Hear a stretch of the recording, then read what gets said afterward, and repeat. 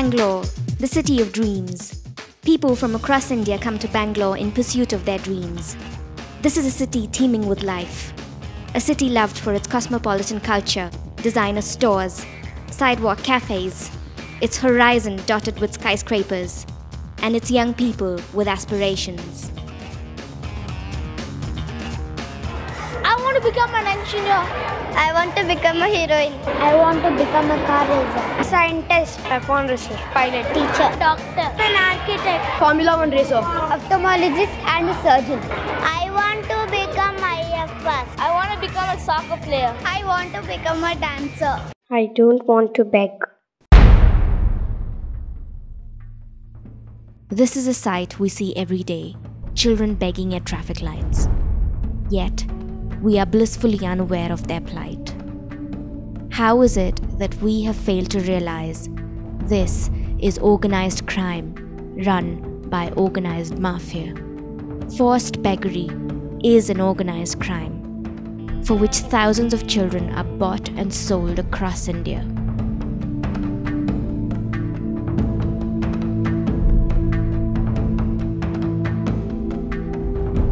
This business of buying and selling human beings is a real and serious threat facing India today. An estimated 200,000 people are trafficked in India each year. A cow or a buffalo costs about 20,000 rupees in our country, but a child can be bought for as low as 500 rupees.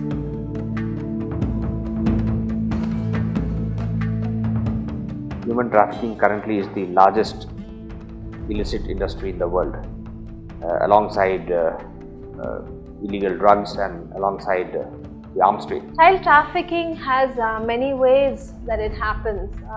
Most children are kidnapped. In India, about 60,000 children go missing every year. That means they're taken unaware and taken from one place and quickly moved to another geographical location. Then the child is taken to the place of destination where she is made to do various, she is exploited through various means.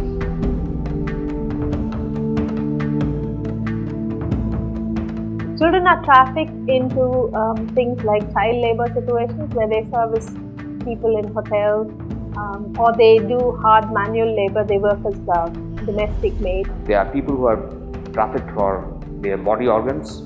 Kidney is one of the most common and most well documented. Now, one of the easiest ways for children to be pushed into something is begging. These are unimaginable crimes. Crimes committed against children in our own city. Crimes we don't often see. But the one crime that happens in front of our very eyes is forced beggary. When we look at children begging at traffic lights, what we see is children who are in need of our charity. But what we fail to see are the children who are kidnapped, beaten, abused, maimed, and forced to beg. These children don't need our charity. They need rescuing. Operation Rakshane basically was a fallout of the sightings, increased sightings of children at the red light and at intersections, on the road, streets. Myself and Pranab Mohante, jointly we discussed the subject at length. So it was decided by the commissioner that we need to do something about this, to rescue these children who are being ruthlessly exploited. And simultaneously, this train of thought was also coming through from the Department of Women and Child Development. This particular Operation Rakshane really was birthed in the heart of a few government officials and the police, and they had invited all those who were involved in any kind of rescue work or working with street children. Then another important first was the bridge that was established between the voluntary agencies, the private agencies, and this raft of government agencies on the other. NGOs and the government and different wings of the government all came together with common vision and a common goal. Once the initial plans were drawn out and the proposal written, a survey had to be conducted.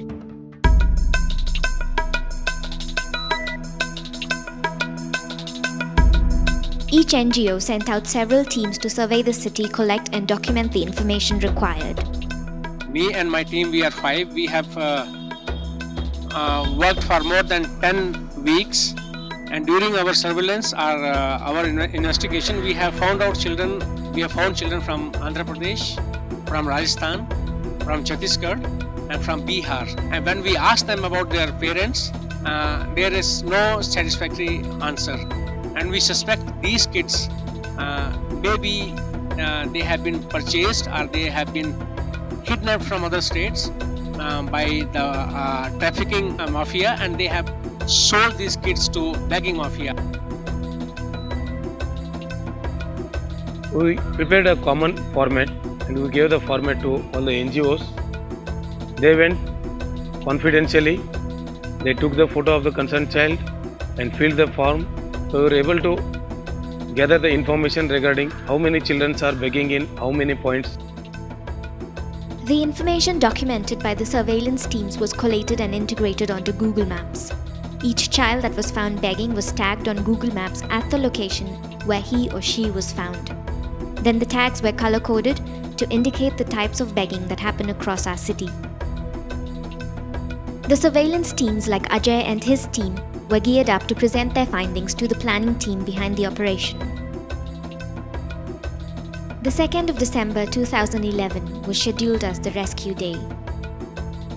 The final planning meeting was held a day before, where each NGO presented their plan, finalized their routes, briefed the rescue teams, and ironed out last-minute details.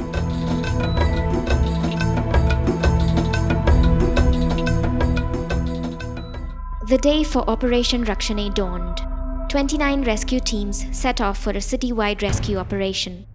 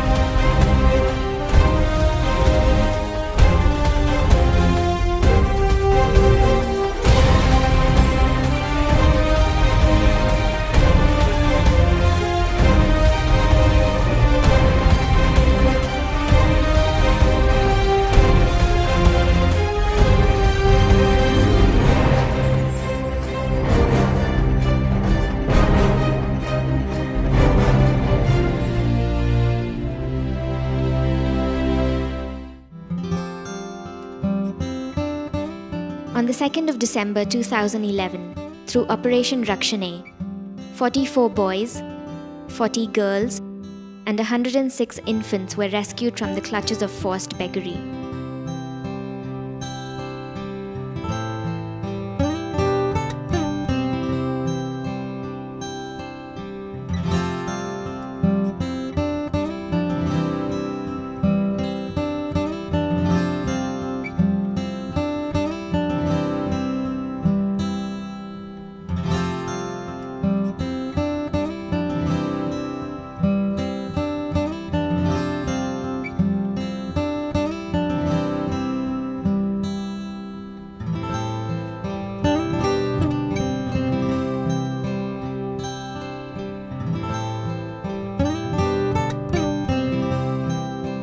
The children were presented to the CWC team the following day, and each child had his or her own heart-rending story to tell.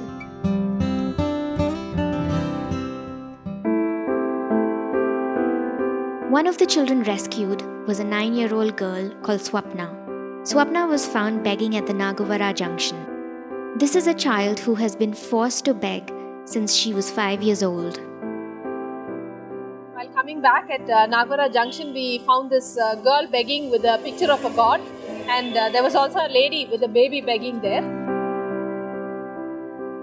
And we are here at this convent where we are hoping to keep Swapna for the night, and we will produce her and the other lady with the baby before the CWC.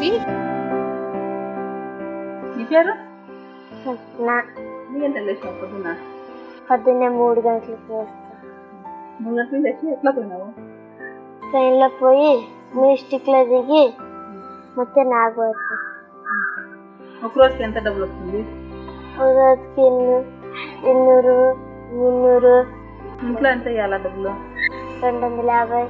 నువ్వు ఇవ్వకపోతే మీ నాయన ఏం చేస్తాడు? కొడతాడు.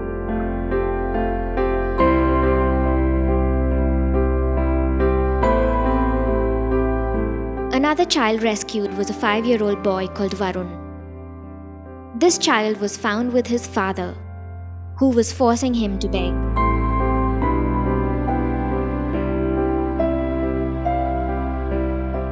ನೀನು ಸ್ಕೂಲ್ಗೆ ಹೋಗಲ್ಲನಾ? ಹೋಗ್ತಾ ಇದ್ದೆ ಮನೆ ಕಡೆಗೆ. ಅವರು ಕರ್ಕೊಂಬಂದು ಬಾಬಾ ಇಲ್ಲಿ ಒಂದು ಕೆಲಸ ತೋರಿಸ್ತೀನಿ ಅಂದ್ಬಿಟ್ಟು ಭಿಕ್ಷೆ ಬೇಡಕ್ಕೆ ಹಚ್ಚಬಿಟ್ರು. ಯಾರು? ನಮ್ಮ ಅಪ್ಪ. ಹೌದಾ? ದಿನ ಭಿಕ್ಷೆ ಬಿಡ್ತೀಯಾ? ಇಲ್ಲಿ ಆ ಕಾಸು ಯಾರು ಕೊಡ್ತೀಯಾ? ಏನ್ ಮಾಡ್ತಾರೆ ಕಾಸು? ಕಾಸು ಕುಡಿತಾರಾ? ಏನಾಗ್ತೀಯ ದೊಡ್ಡನಾದ್ಮೇಲೆ? ಹೌದಾ? ಏನೇನು ಆಸೆಗಳಿದೆ? ಇಂಜಿನಿಯರ್ ಆಗಬೇಕು, ಮತ್ತೆ ಕಾರ್ ತಗೋಬೇಕು, ಮತ್ತೆ ಗಾಡಿ ತಗೋಬೇಕು ಅಂತ ಒಂದು ಆಸೆ. ಹೌದಾ? Varun was released to his mother, who came to the CWC court the following day. He was overjoyed to be reunited with his mother. This lady assured the CWC team that Varun would be sent to school regularly and that he would not be forced to beg again. It seemed like a happy ending. But the question is this: will Varun be back again on the streets begging?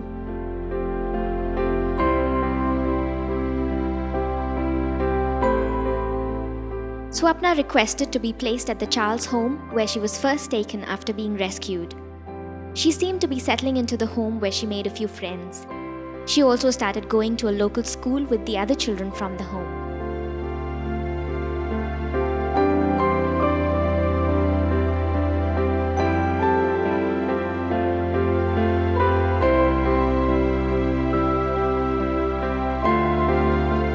And she's very much interested. She's very friendly. She mixes with, though she is a big girl among all the other children, she has well adjusted in the school and she's happy. Swapna's rescue, however, was short-lived. When her social workers took her to the CWC court, her parents were there, waiting to take her home. They mounted an aggressive defense and demanded Swapna's immediate release. The CWC team didn't have enough evidence to indicate whether or not these were Swapna's parents.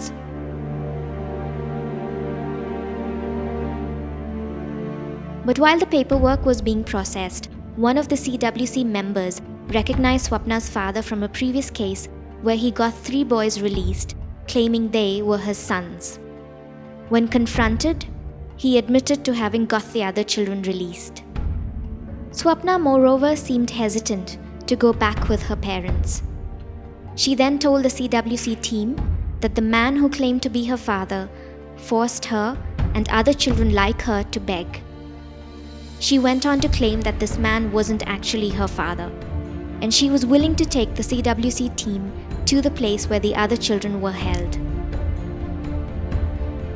Based on the CWC team's information and the information given by Swapna, the couple was then handed over to the police. నువ్వు డబ్బులు ఇస్తావు కదా, అది మీ నిజమేనా? కాదు కదా? మా సొంత నాన్న మా అమ్మ చిన్నప్పుడే తీసిపెట్టి పాలు తాగే పాత తీసిపెట్టి వెళ్ళిపోయింది మా అమ్మ. మీ అమ్మని చూసినావు నువ్వు?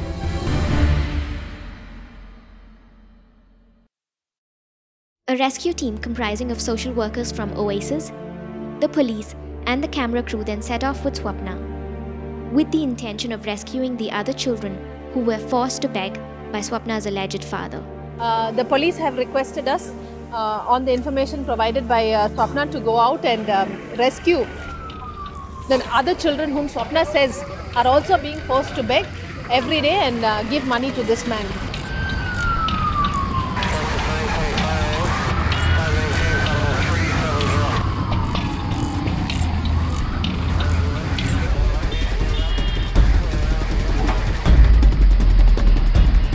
We walk through a couple of alleys to get to Swapna's house, which is a makeshift hut.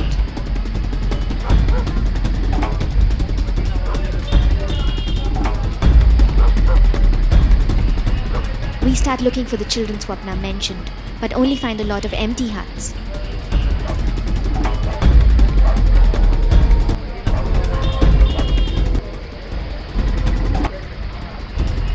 Bright flashlights are turned on as we look inside each hut, but there's no sign of the children.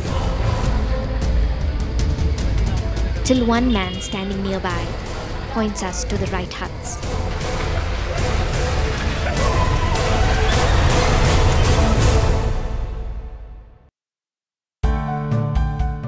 We've rescued 7 children, all very, very young, and 5 women.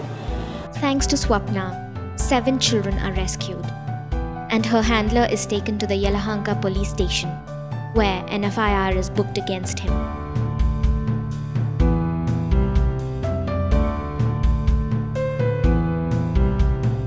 And finally, at the police station, the alleged mother confesses that Swapna is not their daughter. We've also filed an FIR against 2 accused. The so-called father and the grandmother of the girl Swapna. They have been booked in Yelahanka police station. The rest of the people we are taking to the government home, and we will produce them before the CWC. We rescued these children from a really sad state. They were in plastic tents, and we've been able to take these children out of these situations, and we hope that they will get justice.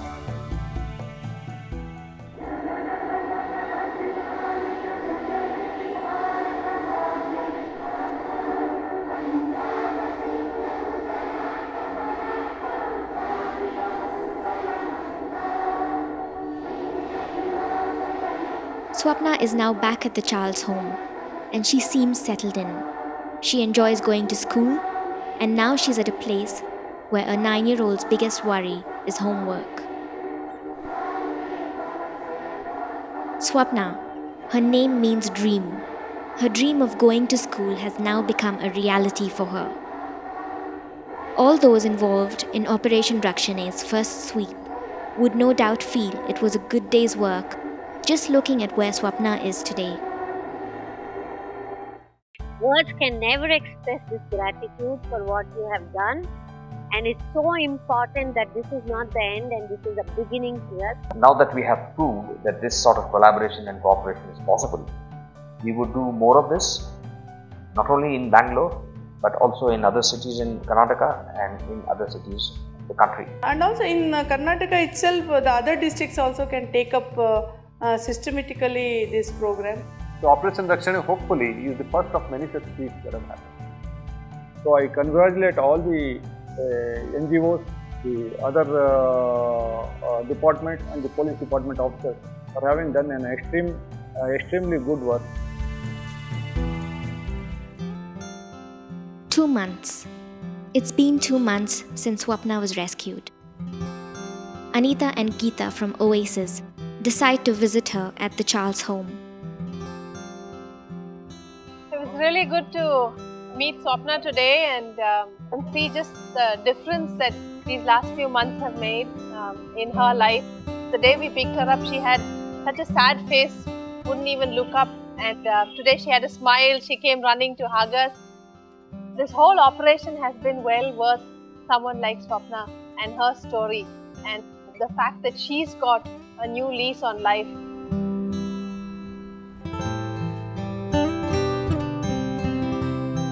Swapna is just one of thousands of children that need rescuing.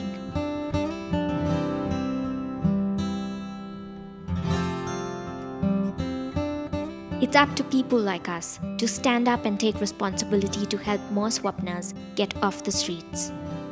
It's time you and I resolved to help these children believe in their dreams.